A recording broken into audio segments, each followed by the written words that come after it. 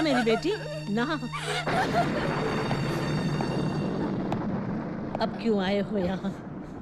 अब क्या चाहिए तुम्हें? अर्जुन, पूछताछ करनी है उससे। कहाँ है वो? भैया नहीं है।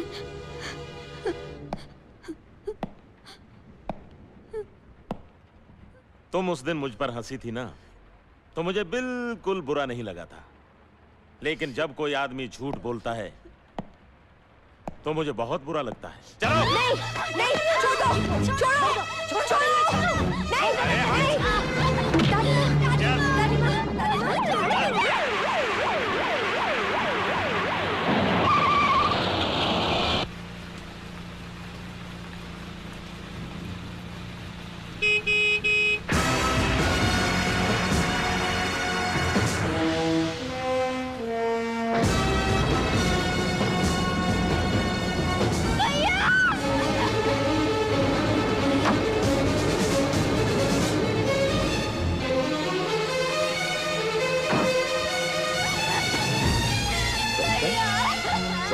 संभालो अपने आप को, संभालो।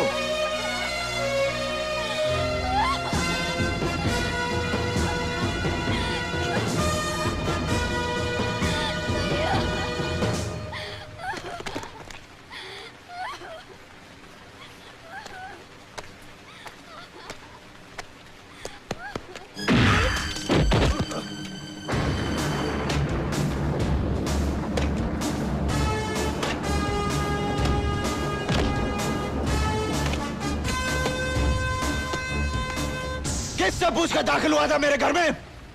कोई वारंट है तेरे पास? हाँ?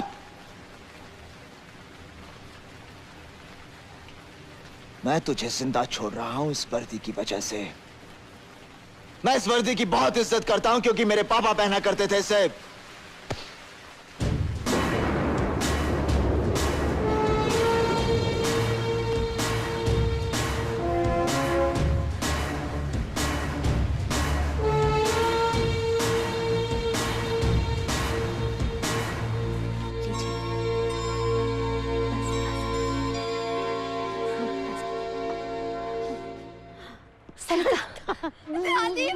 मेरी बच्ची, ना, ना, ना बेटी, इस तरह रोते नहीं, ना, घबराना नहीं, सब ठीक हो जाएगा, सब ठीक हो जाएगा। ना, ना मेरी बच्ची, ना। हे भगवान।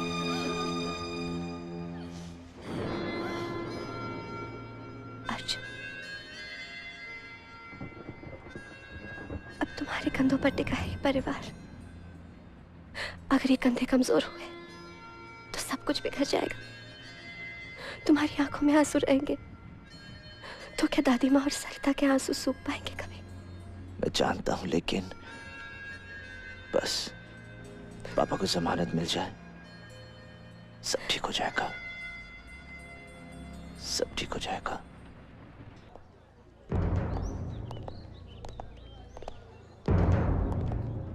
माँ, बेटे, ये सब कैसे हो गया? तुम्हें ये लोग कहाँ ले जा रहे हैं उदय? हाँ, हमें छोड़कर मत जाओ उदय।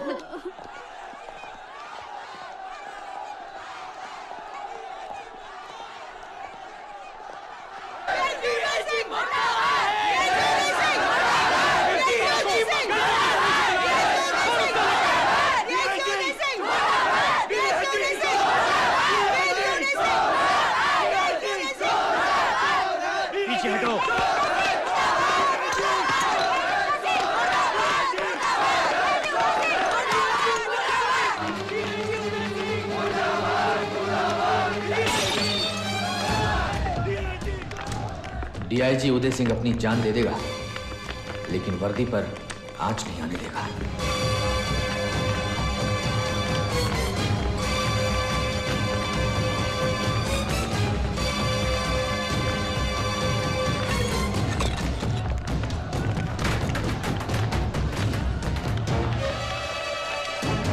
पापा! पापा!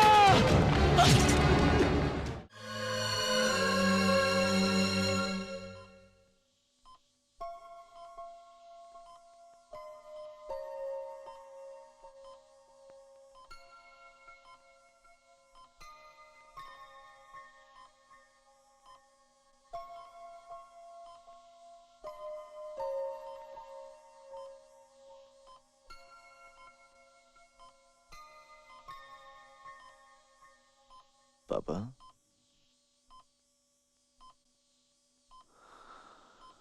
पापा, तकलीफें ही आदमी को मजबूत बनाती हैं। कभी न हारने का सबक आप ही ने सिखाया था ना पापा।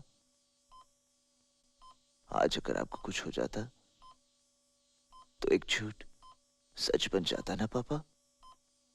हाँ, आपको मुझ पर भरोसा नहीं है पापा। मैं इकबाल को लाऊंगा पापा, कहीं से भी ढूंढ कर लाऊंगा उसे, और मैं यहां आकर सब सच बोल देगा। फिर सब ठीक हो जाएगा पापा, सब ठीक हो जाएगा पापा।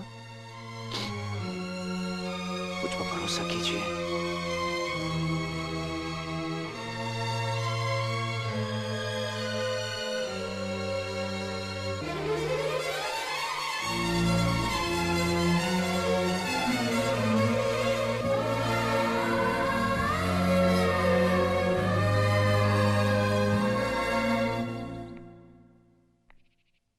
तुमने कह तो दिया, मगर जिसने हजारों निर्दोष लोगों को मारा हो, उसे किसी की जिंदगी की क्या परवाह होगी? फिर उस तक पहुंचना क्या मुमकिन है? कहां तलाश करोगे उसे? कैसे लाओगे? लाऊंगा।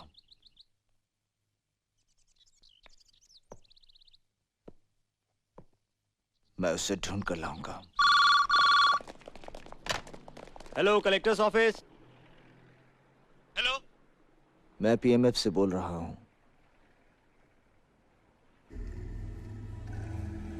मैं 2 दिन के अंदर जेसी हॉस्पिटल को बॉम्ब से उड़ा देने वाला हूं।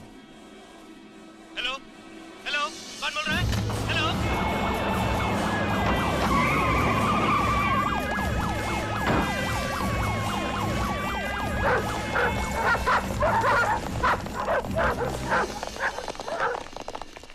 सर, आज हॉस्पिटल में अचानक इतनी सिक्योरिटी की वजह? कोई नेता या मंत्री एडमिट होने वाला जी है? नहीं, ऐसी कोई बात नहीं है। पीएमएफ ने इस हॉस्पिटल को बम से उड़ाने की धमकी दी है। ये सिर्फ धमकी भी तो हो सकती है। हो सकता है ये सिर्फ धमकी हो, मगर हम किसी भी तरह का रिस्क लेना नहीं चाहते। आखिर उसकी मांग क्या है? उस दिन तो उसने स्पष्ट नहीं किया, परंतु अब 2 दिन के भीतर वो अपनी मांग से मुझे अवगत कराएगा। आप पत्रकारों से प्रार्थना है कि जनता में भ्रम उत्पन्न न होने।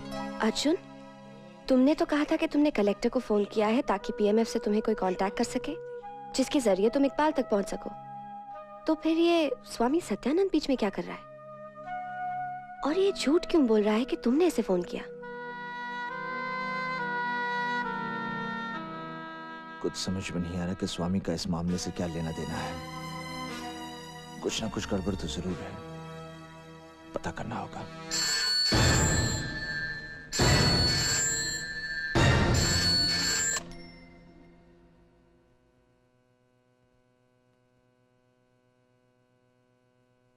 ओम शांति। स्वामी सत्यानंद बोल रहा हूँ। आपने प्रेस वालों से झूठ क्यों कहा कि मैंने आपको फोन किया? मैंने आपको पहचाना नहीं। आप कौन बोल रहे हैं? मैं ही वो आदमी हूं जो जेसी हॉस्पिटल में बॉम्ब रखने जा रहा है। मैं तुम्हारे फोन की ही प्रतीक्षा में था। हम कहाँ मिल सकते हैं? आप बताइए। तुम सीमा पर स्थित। ठीक है। समस्या का समाधान हो गया। अर्जुन, अब भी सोच लो, अगर सत्यानंद ने खुद आने की बजाय पुलिस को भेज दिया तो? आरती, अगर पुलिस आ गई तो सत्यानंद सही है, लेकिन अगर पुलिस की जगह दूसरे लोग आ गए तब?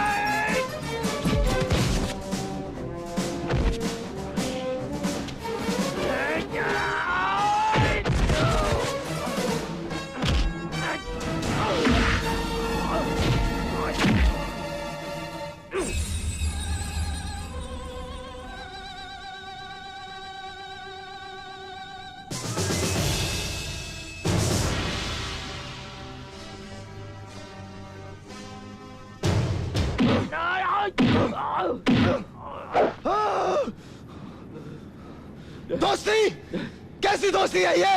हम एक दूसरे के लिए जान देते थे और आज एक दूसरे की जान लेने के लिए तैयार है।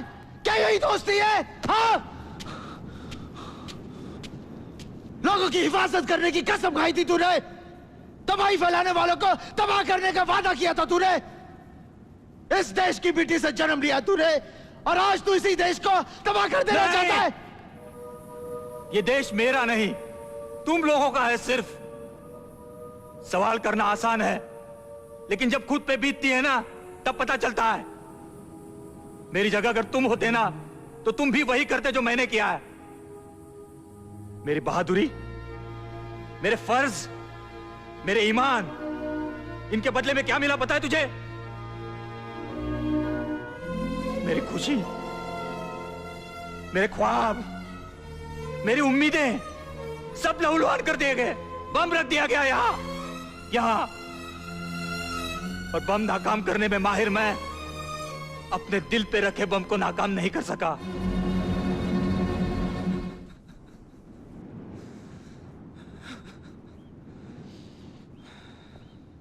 उनकी मौत तो देखी मैंने, पर पूरे मुल्क में जो हुआ, जो हो रहा है, तुम तो जर्नलिस्ट हो, तुम्हें तो पता होगा। बताओ ऐसा क्यों है? क्यों? हमारी कौम का दुश्मन है सत्यानंद और रहनुमा शाह आलम। अब आर पार की लड़ाई होगी और आखिरी सांस तक मैं अपनी कौम के लिए लड़ूंगा। अब कोई मुझे नहीं रोक सकता, कोई नहीं। बेहतर होगा तुम मेरे रास्ते में मत आओ, नहीं तो क्या? हाँ, मार डालेगा? अरे तू क्या मारेगा, मैं मार डालूंगा तुझे। दूसरों को तकलीफ देकर अपनी तकलीफ कम करना चाहता है तू? अपने लोगों की मौत का बदला बेकसूर लोगों को मार कर लेना चाहता है तू? नफरत भरी हुई है, अरे नफरत भरी हुई है यहाँ पर, आग लगी हुई है यहाँ पर। तेरी वजह से मेरा बाप जेल में है, दादी माँ 24 घंटे रोती रहती है, सरिता रह रहकर चीख उठती है। तो क्या मैं भी बंदूक उठा लूं, मार डालूं सब लोगों को? कौम बचाने चला है, अरे इस तरह कौम नहीं बचेगी, खत्म हो जाएगी, क्योंकि उन लोगों में भी सहने की हद होती है। मजहब, कौन सा मजहब सिखाता है एक दूसरे से नफरत करना? आदमी आदमी के बीच में दीवार खड़ी कर डालना, दूसरे धर्म के लोगों को काट डालना। अरे जाके किसी मेहनत करने वाले आदमी से पूछ, किसी मजदूर से पूछ, उसे ना तो मंदिर से मतलब है ना मस्जिद से, उसे सिर्फ 2 वक्त की रोटी चाहिए। हिंदू, मुस्लिम, सिख, ईसाई कोई मरना मारना नहीं चाहते। इतनी सी बात समझ में नहीं आती कि कुछ लोग अपने फायदे के लिए हम लोगों को आपस में लड़ा रहे हैं, अपनी रोटी सेकने के लिए दूसरों की लाशें जला रहे हैं वो लोग। जब तेरे जैसा पढ़ा लिखा आदमी उनके शिकंजे में फंस सकता है तो फिर क्या होगा हमारे देश का? हाँ, तू क्या समझता है तेरे साथ जो कुछ भी हो उसका जिम्मेदार सत्यानंद है? नहीं, शाह आलम भी है। वो दोनों एक हैं। तू बॉम्ब एक्सपर्ट था, उन्हें तेरी जरूरत थी। तुझे हासिल करने के लिए उन दोनों ने बेहद चालाकी से जाल बिछाया। तुझ तक पहुंचने के लिए मैंने झूठ बोला कि जेसी हॉस्पिटल में मैं बॉम्ब रखने वाला हूं। मुझे यहां सत्यानंद ने बुलाया। तुझे किसने भेजा, सत्यानंद ने या शाह आलम ने?